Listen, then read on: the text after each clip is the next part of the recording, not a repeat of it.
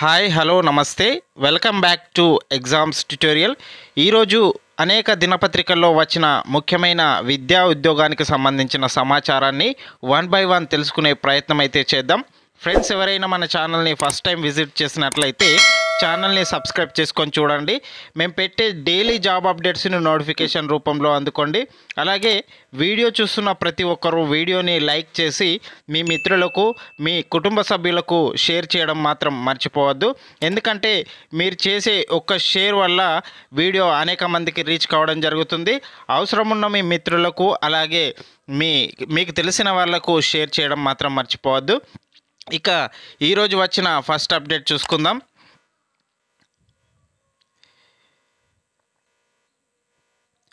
రేపటి నుంచి గురుకులాల టీజీటీ అభ్యర్థులకు సర్టిఫికేట్ వెరిఫికేషన్ అంటూ న్యూస్ పేపర్లో ఒక హెడ్లైన్ అయితే ఇవ్వడం జరిగింది. మార్చి 2న సీఎం చేతుల మీదుగా నియామక పత్రాలు అందజేత అంటూ ఒక వార్తనైతే రావడం జరిగింది. టీజీటీ ఉద్యోగాలకు అర్హత సాధించిన అభ్యర్థులకు సర్టిఫికేట్ వెరిఫికేషన్ను ఈ నెల 26వ తేదీ నుంచి 28వ తేదీ వరకు చేపట్టనున్నారు.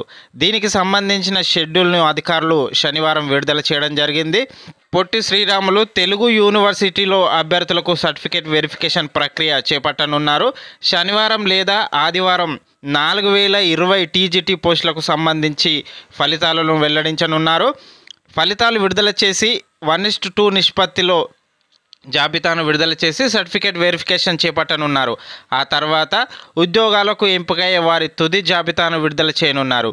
జేఎల్డిఎల్తో పాటు టీజీటీ వారికి కలిపి 6000కు పైగా ప్రభుత్వ ఉద్యోగాలు పొందిన అభ్యర్థులకు మార్చి 2న సీఎం చేతుల మీదుగా నియామక పత్రాలను అందించనున్నారు. దీనికి సంబంధించిన ఏర్పాట్లను గురుకుల బోర్డు చేస్తుంది. ఇప్పటికే 1900కు పైగా అభ్యర్థులను సీఎం చేతుల మీదుగా ఎల్బీ స్టేడియంలో నియామక పత్రాలు అందించిన విషయం తెలిసిందే. నెక్స్ట్ అప్డేట్ చూసుకున్నట్లయితే సెంట్రల్ ఉద్యోగులకు 4% డిఏ వచ్చే నెలలో పెరిగే ఛాన్స్ ఉంది అంటూ సెంట్రల్ ఉద్యోగులకు సంబంధించి 4% డిఏ పెంచే ఆలోచనలో ప్రభుత్వం ఉన్నట్లు తెలుస్తుంది.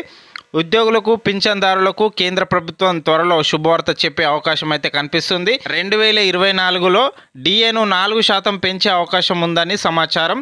7వ కేంద్ర వేతన సంఘం సిఫారసుల ఆధారంగా డిఏ పెంపు ఉండనుంది. ఇంతకుముందు అక్టోబర్ 2023లో చివరిసారిగా డిఏను 4% పెంచడం జరిగింది. దీంతో అది 42% నుంచి 46%కి చేరుకుంది. ఈ నిర్ణయంతో 48.67 లక్షల మంది కేంద్ర ఉద్యోగులు, 67.95 లక్షల మంది పెన్షన్దారులు లబ్ధి పొందనున్నారు. మార్చిలో డిఏ పెంపు 4% మేరకు ప్రకటించినట్లయితే డియర్నెస్ అలవెన్స్ 50%కి చేరుకుంటుంది. కేంద్ర ప్రభుత్వ ఉద్యోగాలకు జీతాలు పెరగడంతో పాటు పెన్షనర్లకు డియర్నెస్ రిలీఫ్ కూడా పెరగనుంది. 2024 జనవరి 1 నుంచి ప్రారంభమయ్యే కాలానికి ఇది వర్తించనుంది. దీనిని ఏడాదికి 2 సార్లు సవరిస్తారు. దేశ ద్రవ్యోల్బణం రేటు ఆధారంగా ప్రభుత్వం డిఏ పెంపుపై నిర్ణయం తీసుకుంటుంది. కేంద్ర ప్రభుత్వ ఉద్యోగాలకు 4% డిఏ పెంపు ఆలోచనలో ప్రభుత్వం ఉంది. వచ్చే నెలలో ఈ డిఏ పెంపు కార్యక్రమం జరిగే అవకాశం అయితే కనిపిస్తుంది. నెక్స్ట్ అప్డేట్ చూసుకున్నట్లయితే గురుకుల నియామకాల్లో మార్పులు అవసరమని ఆర్ఎస్ ప్రవీణ్ కుమార్ ప్రభుత్వానికి విజ్ఞప్తి చేయడం జరిగింది. 1 కంటే ఎక్కువ ఉద్యోగాలకు పలువురు ఎంపిక, ఒక్క పోస్టు ఉంచుకొని మిగిలిన వాటిని వదిలేస్తున్నారు. ఫలితంగా భర్తీ కాని పోస్టులు మిగిలిపోతున్నాయి. సీఎం రేవంత్కు ప్రవీణ్ కుమార్ లేఖ, స్పందించిన సీఎం పరిష్కారానికి హామీ అంటూ ఒక వార్తనైతే ఇవ్వడం జరిగింది. తెలంగాణ గురుకుల విద్యా సంస్థల నియామక మండలి ఉద్యోగ నియామకాల్లో మార్పులు అవసరమని, రిలింక్విష్మెంట్ విధానంలో ఉద్యోగాలు భర్తీ చేయాలని బీఎస్పీ రాష్ట్ర అధ్యక్షుడు ఆర్ఎస్ ప్రవీణ్ కుమార్ కోరారు. ఈ మేరకు ఆయన సీఎం రేవంత్ రెడ్డికు శనివారం లేఖ రాయడం జరిగింది. ఆ లేఖను ఎక్స్ వేదికగా సీఎం ట్యాగ్ చేశారు.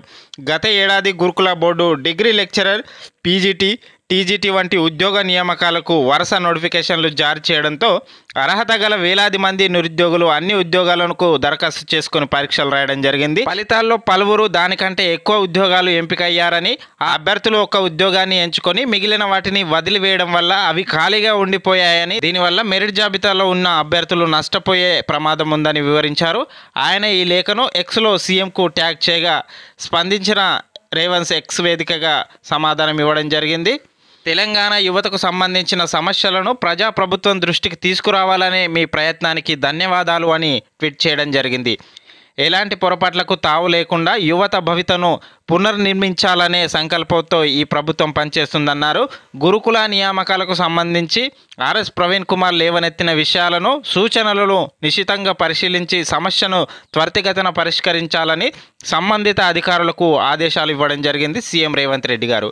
నెక్స్ట్ అప్డేట్ చూసుకున్నట్లయితే పోటీ పరీక్షలకు ఉచిత శిక్షణ group 1, group 2, group 3, group 4 SSC, RRB, banking, SI, constable తదితర రాష్ట్ర స్థాయి, కేంద్ర స్థాయి ఉద్యోగాల కోసం టీఎస్ స్టడీ సర్కిల్ ఉచిత శిక్షణ అందిస్తున్నట్లు జిల్లా ఎస్సీ అభివృద్ధి శాఖ అధికారి కవిత తెలపడం జరిగింది.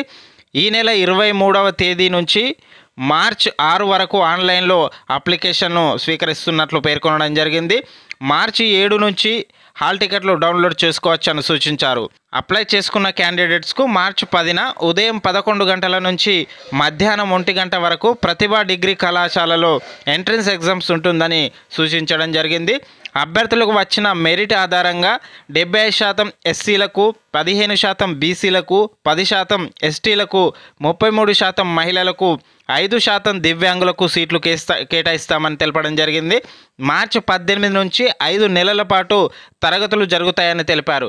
నెక్స్ట్ అప్డేట్ చూసుకున్నట్లయితే జేఎల్డిఎల్ తుది జాబితా నేడే, కసరత్తు పూర్తి చేసిన గురుకుల విద్యాసంస్థల నియామక బోర్డు అంటూ జేఎల్డిఎల్కు సంబంధించిన తుది జాబితా ఈరోజు వెలువడనుంది.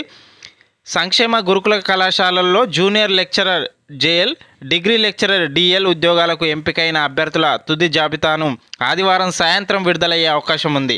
ఈ మేరకు తెలంగాణ గురుకుల విద్యాసంస్థల నియామక బోర్డు కసరత్తు పూర్తి చేసింది. జూనియర్ లెక్చరర్ కేటగిరీలో 1924 కొలువులు, డిగ్రీ లెక్చరర్ కేటగిరీలో 793 పోస్టులు ఉన్న విషయం తెలిసిందే.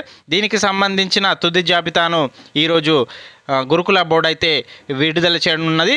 నెక్స్ట్ అప్డేట్ చూసుకున్నట్లయితే జీవో 317 సమస్యపై కేబినెట్ సబ్ కమిటీ చైర్మన్గా మంత్రి దామోదర రాజనరసింహ, సభ్యులుగా శ్రీధర్ బాబు, పొన్నం ప్రభాకర్.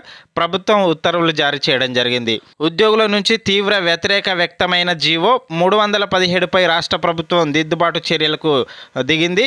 ఉద్యోగులను సంతృప్తి పరిచేలా వారి సమస్యలను తెలుసుకొని పరిష్కరించేందుకు కేబినెట్ సబ్ కమిటీని ఏర్పాటు చేస్తూ నిర్ణయం తీసుకుంది.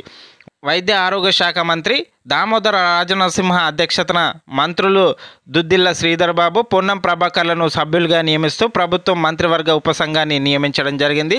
ఈ సబ్ కమిటీ గత ప్రభుత్వం 2021 డిసెంబర్ 6న జారీ చేసిన జీవో 317, 2022 ఏప్రిల్ 4న జీఏడీ వెల్లడించిన జీవో 46లను పరిశీలించి వాటిపై ఉద్యోగుల అనుమానాలు, అభ్యంతరాలు, వాస్తవ పరిస్థితులను అధ్యయనం చేయనుంది. ఆ తర్వాత ప్రభుత్వానికి సమగ్ర నివేదిక సమర్పించనుంది. ఈ మేరకు సబ్ కమిటీ ఏర్పాటు జీవో 292ను సిఎస్ శాంతికుమారి విడుదల చేయడం జరిగింది. జీవో 317కు సంబంధించి ప్రభుత్వం సబ్ కమిటీని ఏర్పాటు చేసినట్టు ఒక వార్తనైతే ఇవ్వడం జరిగింది. నెక్స్ట్ అప్డేట్ చూసుకున్నట్లయితే టీఎస్పీఎస్సీ గ్రూప్ 1 దరఖాస్తు ప్రక్రియ ప్రారంభం. టీఎస్పీఎస్సీ రిక్రూట్మెంట్ 2024 దరఖాస్తు ప్రక్రియ ప్రారంభమైంది. తెలంగాణ పిఎస్సి ప్రిలిమినరీ పరీక్ష 2024 మే లేదా జూన్లో జరిగే అవకాశం ఉంది. టీఎస్పీఎస్సీ ప్రిలిమినరీ ఎగ్జామ్స్ 2024 కోసం అధికారిక నోటిఫికేషన్ విడుదల చేయడం జరిగింది. ఈ రిక్రూట్మెంట్ పరీక్ష కోసం దరఖాస్తు ప్రక్రియను కమిషన్ ప్రారంభించింది. డిప్యూటీ కలెక్టర్, జిల్లా పంచాయతీ అధికారి, అసిస్టెంట్ లేబర్ కమిషనర్, జిల్లా గిరిజన సంక్షేమ అధికారితో సహా మొత్తం 563 ఖాళీల కోసం దరఖాస్తులను స్వీకరించనున్నారు. టీఎస్పీఎస్సీకి సంబంధించిన గ్రూప్ 1 దరఖాస్తు ప్రక్రియ ప్రారంభం కావడం జరిగింది. దీనికి సంబంధించిన వార్త ఇది. ఈరోజు వచ్చిన ప్రముఖ దినపత్రికల్లోని ముఖ్యమైన వార్తలు. ఇలాంటి మరిన్ని వార్తల కోసం ఛానల్ని సబ్స్క్రైబ్ చేసి పక్కనే ఉన్న బెల్ ఐకాన్ యాక్టివేట్ చేయండి. మేము పెట్టే డైలీ జాబ్ అప్డేట్స్ని నోటిఫికేషన్ రూపంలో అందుకోండి. అలాగే వీడియో చూస్తున్న ప్రతి ఒక్కరూ వీడియోని లైక్ చేసి మీ మిత్రులకైతే వీడియోని షేర్ చేయండి. Thank you for watching.